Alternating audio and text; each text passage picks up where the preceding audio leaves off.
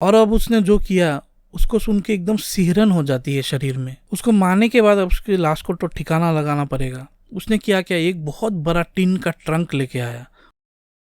Hello friends, मैं हूं मृण्मय। The dark talks के एक और एपिसोड में आप सबका स्वागत है। दोस्तों, आज की कहानी इंडिया के मध्य प्रदेश से है। मध्य प्रदेश के कैपिटल भोपाल में एक एरिया है जिसका नाम है साकेत नगर, और ये इसी इलाके की कहानी है। 2 फरवरी 2017 को एक 30 वर्षीय लड़के उदयन दास को भोपाल पुलिस उसके साकेत नगर वाले घर से गिरफ्तार करती है। उसका जुर्म यह है कि उसने अपने साथ रह रहे अपनी लिव इन गर्लफ्रेंड आकांक्षा शर्मा, जो 28 साल की है, उसका खून किया है और उसके डेड बॉडी को अपने ही घर के एक बेडरूम में छिपा के रखा था। ऊपर से सुनने में लगता है कि ऐसे क्राइम तो आए दिन होते रहते हैं, हमको मालूम चलता रहता है, लेकिन इसके पीछे का जो बैक स्टोरी है वो सबसे ज़्यादा इम्पोर्टेंट है।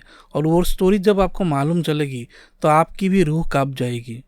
और जिस तरह से इसने अपनी गर्लफ्रेंड की लाश को ठिकाने लगाया, वो भी शायद आप पहली बार ही सुनेंगे कि किसी ने ऐसा किया है। और इस चीज को करने का आइडिया इसको एक इंग्लिश फिल्म से मिला था। तो ये काफी खतरनाक कहानी दोस्तों। उम्मीद करता हूँ ये कहानी आप लोग अंत तक देखेंगे। और अगर आपको ये कहानी अच्छी लगे तो प्लीज मेरे चैनल को लाइक और सब्सक्राइब जरूर कीजिए। और दोस्तों, मैं माफी चाहूंगा कि काफी दिनों से, करीब एक हफ्ते से मैं कोई नया वीडियो नहीं डाल पा रहा हूँ, क्योंकि दोस्तों घर के कुछ और काम भी थे मेरे, और सही बताऊं तो मतलब ज़िंदगी भी कुछ अच्छी नहीं चल रही है, इसीलिए वीडियो बनाने का कोई मोटिवेशन ही नहीं मिल रहा था। लेकिन अब थोड़ा सा ठीक है, इसलिए आज ये अमेजिंग कहानी आपके सामने लेके आया हूँ। अब दोस्तों, ये कहानी शुरू होती है जब उदयन दास और आकांक्षा शर्मा ऑनलाइन में मिलते हैं। एक सोशल नेटवर्किंग साइट में इनकी मुलाकात होती है। दोनों वहाँ पे बहुत दिन बातचीत करते हैं और फिर उसके बाद दोस्ती होती है, और फिर दोस्ती प्यार में बदल जाती है। लेकिन सोशल मीडिया की जो दोस्ती या फिर प्यार वगैरह है वो एकदम चाइनीज क्वालिटी प्रोडक्ट जैसा होता है। उसकी मतलब कोई गारंटी वारंटी कुछ नहीं होती। चल भी सकता है और बहुत ही खतरनाक और खराब भी हो सकता है, और इस मामले में ये चीज बहुत ही खतरनाक होने वाला है। उदयन दास ने आकांक्षा को ऑनलाइन में बोला कि वो एक IIT से पास हुआ लड़का है और USA में वो काम कर रहा था, लेकिन फिलहाल वो इंडिया वापस आ गया है। और इन दोनों की दोस्ती काफी सालों से चल रही थी ऑनलाइन में। अब दोस्तों, जो ये आकांक्षा शर्मा है उसकी भी पढ़ाई खत्म हो चुकी थी और फिलहाल वो एक अच्छे नौकरी की तलाश में थी। और स्पेशली उसको जो नौकरी चाहिए थी वो चाहिए थी विदेश में, मतलब फॉरेन जाके उसको एक अच्छी नौकरी करने का मन था। अब इसी चीज का उदयन दास ने फायदा उठाया। उसने आकांक्षा को कहा कि USA में उसके कई सारे कॉन्टेक्ट्स है, उन कॉन्टेक्ट्स की हेल्प से वो आकांक्षा को USA में जॉब दिला सकता है। अब जिस आदमी को फॉरेन में नौकरी चाहिए थी, उसको अगर ऐसा चांस मिले कि कोई उसको USA में नौकरी दे रहा है तो वो तो कितना खुश हो जाएगा, आप खुद सोचिए। तो इसी वजह से आकांक्षा उदयन पर और भरोसा करने लगी। उदयन दास ने आकांक्षा को एक फेक जॉब ऑफर लेटर भी भेज दिया। वो भी किसी ऐसी वैसी कंपनी का नहीं, यूनिसेफ का, लेकिन ये ऑफर लेटर बिल्कुल फेक था। अब आकांक्षा ने अपने घर वालों को ये तो बताया कि उसको अमेरिका में यूनिसेफ में नौकरी मिल गई है, लेकिन उसने उदयन दास के बारे में अपने घर वालों को कुछ नहीं बताया। उनके दोस्ती, उनके प्यार के बारे में, कैसे वो उनसे ऑनलाइन मिली थी, कुछ नहीं बताया अपने घर वालों को।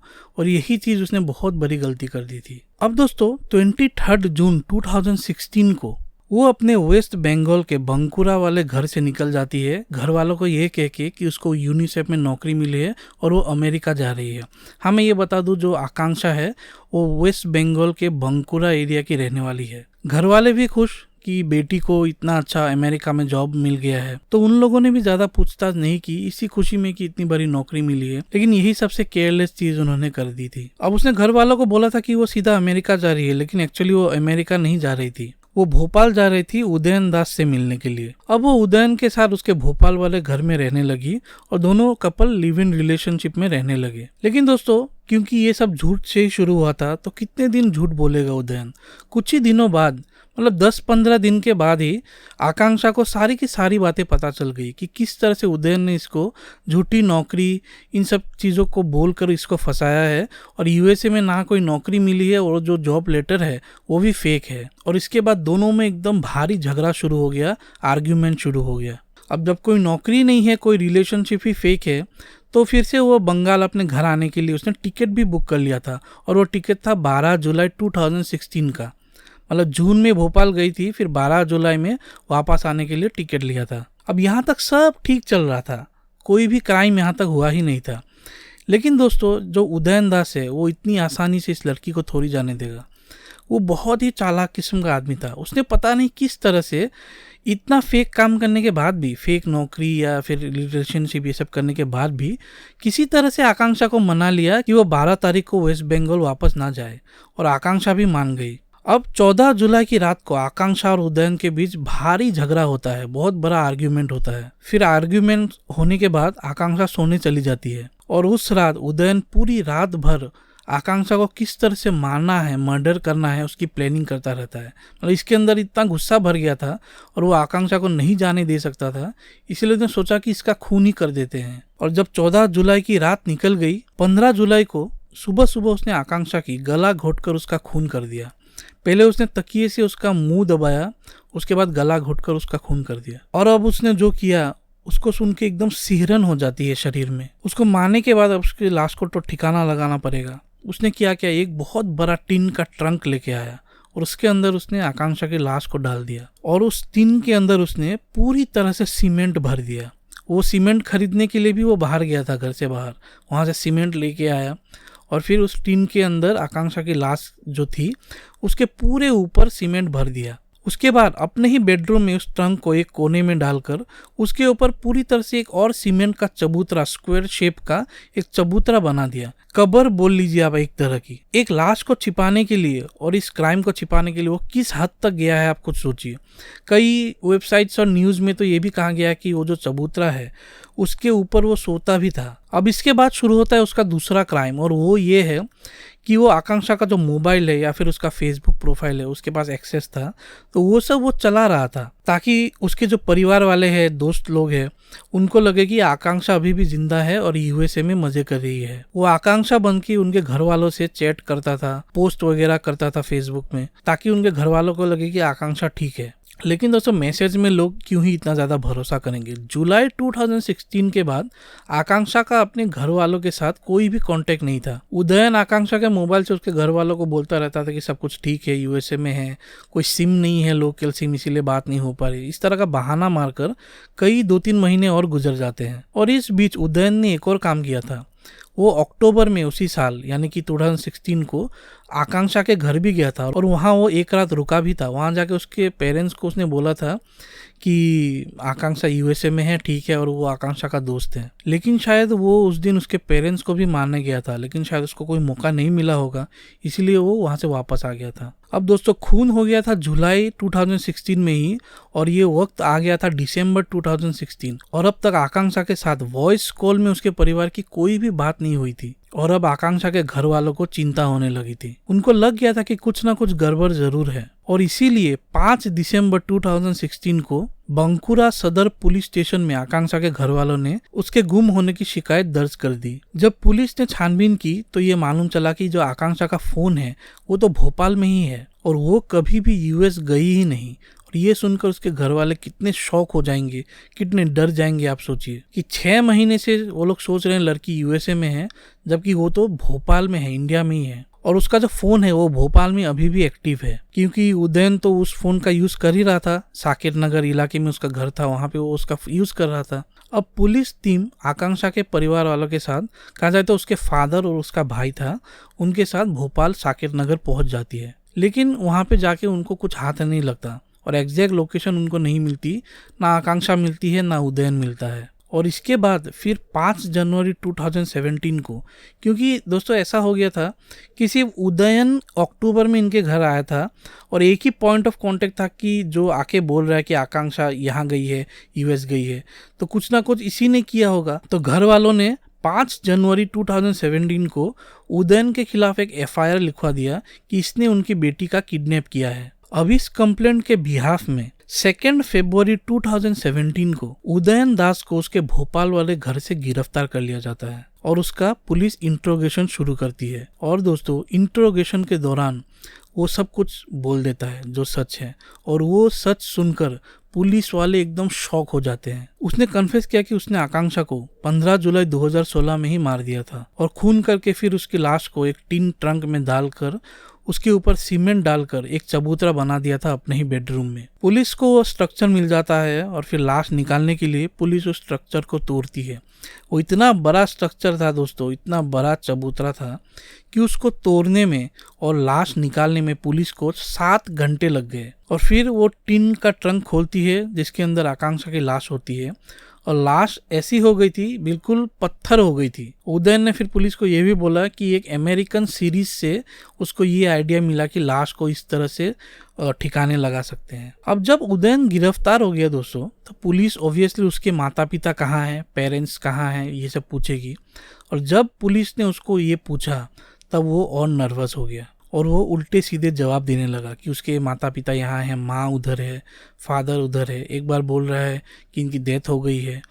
अजीबोगरीब आंसर वो देने लगा। तब पुलिस को और शक हो गया कि ये जो उदयन दास है वो नहीं है जो ये दिख रहा है। और जब पुलिस ने अपने तरीके से और भी गंभीर रूप से पूछा तब इसने उसके माता पिता का भी राज बता दिया। और वो सुन के तो पुलिस के हाथ पांव फूल गए। उसकी माँ का नाम था इंद्रानी और पिता का नाम था वीके दास, जो लोग सरकारी बहुत ही अच्छी नौकरी करते थे। और वो लोग रिटायर हो गए थे और रिटायर होने के बाद उन्होंने छत्तीसगढ़ के रायपुर में एक बहुत बड़ी कोठी ली हुई थी, वहां पे वो लोग रह रहे थे। और जो सवाल है कि उसके माता पिता कहाँ हैं, तो दोस्तों 2010 में यानी कि 6 साल पहले उदयन दास ने अपने माँ और अपने बाप का उसी रायपुर वाले घर में खून कर दिया था और उसी घर के गार्डन में उनको दफना के रख दिया था। आप सोचिए ये कितना खतरनाक आदमी होगा दोस्तों कि उसने अपने पेरेंट्स का खून कर दिया था और उनके घर में उनके ही गार्डन में उनको दफना के रख दिया था। उसके बाद उसने उन लोगों को, परिवार वालों को बताया कि उसकी माँ कोई अमेरिका चली गई है या फादर की डेथ हो, मतलब उल्टे पुल्टे आंसर देके किसी तरह से इस चीज़ को टाल दिया कि उसके पेरेंट्स कहाँ हैं। फिर पुलिस उदयन को लेके रायपुर पहुंची उस घर में और फिर गार्डन की खुदाई की और वहां से 2 कंकाल जो इसके माता पिता के लाश थे वो वहां से बरामद की। तो इन टोटल 3 लोगों का खून इसने कर दिया था। तो इसको एक सीरियल किलर कहना भी गलत नहीं होगा। अब दोस्तों सवाल ये आता है कि इसने ये किया क्यों, ये जो क्राइम है 3 लोगों का खून इसने क्यों किया। अब इसके कई वजह हो सकते हैं। इसको जानने के लिए इसकी लाइफ के बारे में भी कुछ जान लेते हैं। उदयन अपने माता पिता का सिर्फ अकेला लड़का था। वो रायपुर में बड़ा हुआ और वहाँ पे एक स्कूल से उसने पढ़ाई की। सिर्फ 12वीं तक उसने पढ़ाई की क्योंकि वो पढ़ाई में बहुत कमज़ोर था। उसके स्कूल में, पूरे स्कूल करियर में काफ़ी कम मार्क्स उसको आते थे, पास तो शायद हो जाता था, लेकिन पढ़ाई सिर्फ 12वीं तक की है। और उसके माता पिता जो हैं वो लोग काफ़ी पढ़े लिखे, बहुत बड़ी सरकारी नौकरी करते थे। तो आप सोचिए कि उनका सोसाइटी में एक कैसा स्टेटस होगा।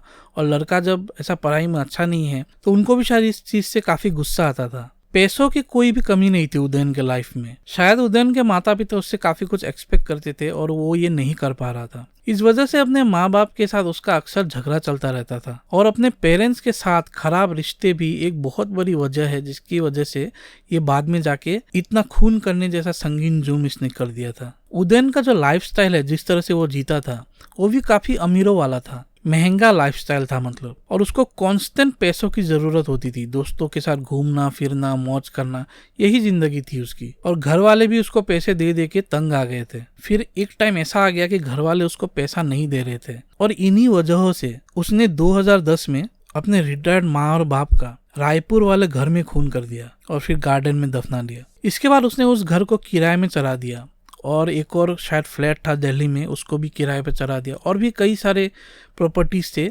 उनसे जितना भी पैसा आता था उससे उदयन का गुजारा हो जाता था। गुजारा क्या, मतलब एकदम एंजॉय वाला लाइफ चल रहा था उसका। तो एक तरह से पैसा भी बहुत बड़ा फैक्टर है इस केस में, जिसकी वजह से उदयन ने ये सारे खून किए।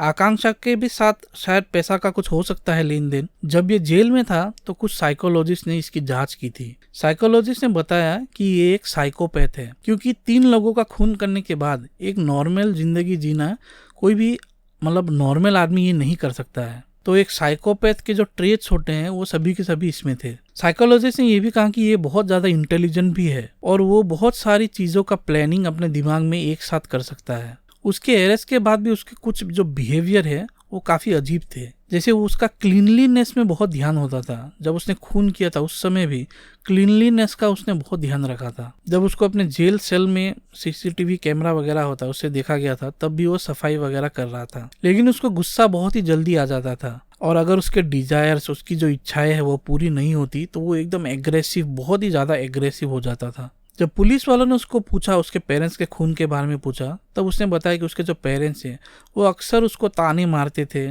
उसको गाली वगैरह देते थे, नेक करते थे एक तरह से, जो उसको बहुत ही ज़्यादा एनॉय करता था। और जब उसने उनका खून किया तो उसने जो कॉन्सिक्वेंस होगा उसके बारे में बिल्कुल नहीं सोचा। अब इस हिसाब से तो इंडिया में हर पेरेंट्स बच्चों को थोड़ा तो मारते पीटते हैं, गाली वगैरह देते हैं, तो सबका खून होते रहना चाहिए, तो ये कोई लॉजिक नहीं है। खैर फिलहाल तो इसका केस चल रहा था, 2017 में इसका केस चला और 3 साल करीब 2020 अगस्त तक इसका केस चलता रहा। और 3 साल के केस चलने के बाद कोर्ट ने इसको, जो बांकुरा कोर्ट है, उस कोर्ट ने उसको आजीवन कारावास यानी कि लाइफ सेंटेंस की सजा दी। अब उदयन दास ऐसा भी नहीं है कि उसने ये काम कर दिया, उसको सज़ा मिल गई तो वो कुछ चुप हो जाएगा या फिर रिग्रेट करेगा, ऐसा नहीं था। जब जेल में उसकी सेंटेंसिंग हो रही थी, कोर्ट में, तो वो एकदम काम और कंपोज दिख रहा था। मतलब उसको, उसके मुंह पे ऐसा लग ही नहीं रहा था कि उसको कुछ डर लग रहा है या रिग्रेट हो रहा है। उसने उसके बाद भी शायद इंटरव्यू में ये बोला है कि उसने जो किया है, जो खून किए हैं, उसके लिए उसको कोई भी रिग्रेट नहीं है। उसने कहा है कि इस फैसले को वो हाई कोर्ट या फिर सुप्रीम कोर्ट भी जाएगा चैलेंज करने के लिए। तो दोस्तों यही कहानी थी इस खूंखार आदमी उदयन दास की। और इस केस के माध्यम से मैं आपको इतना ही कहना चाहूँगा कि सोशल मीडिया अब वो नहीं रहा जो पहले हुआ करता था। 2007-8 में हम लोग भी जिसको चाहे फ्रेंड रिक्वेस्ट भेजते थे, एक्सेप्ट करते थे, कौन है क्या है, फ़ोन नंबर, एड्रेस सब शेयर कर देते थे। और हम लोग तब सोचते थे कि मतलब कितना कूल है, लोगों से ऐसे नेटवर्किंग कर रहे हैं। लेकिन ये आजकल या फिर 2-3 साल पहले से भी बहुत ही ज़्यादा डेंजरस और एक स्कैम का प्लेस बन गया है, फेसबुक स्पेशली। तो आप लोग भी इस तरह के ऑनलाइन रिलेशनशिप से बचे और कर भी रहे हैं तो बहुत ही सोच समझ कर ये सब कीजिए।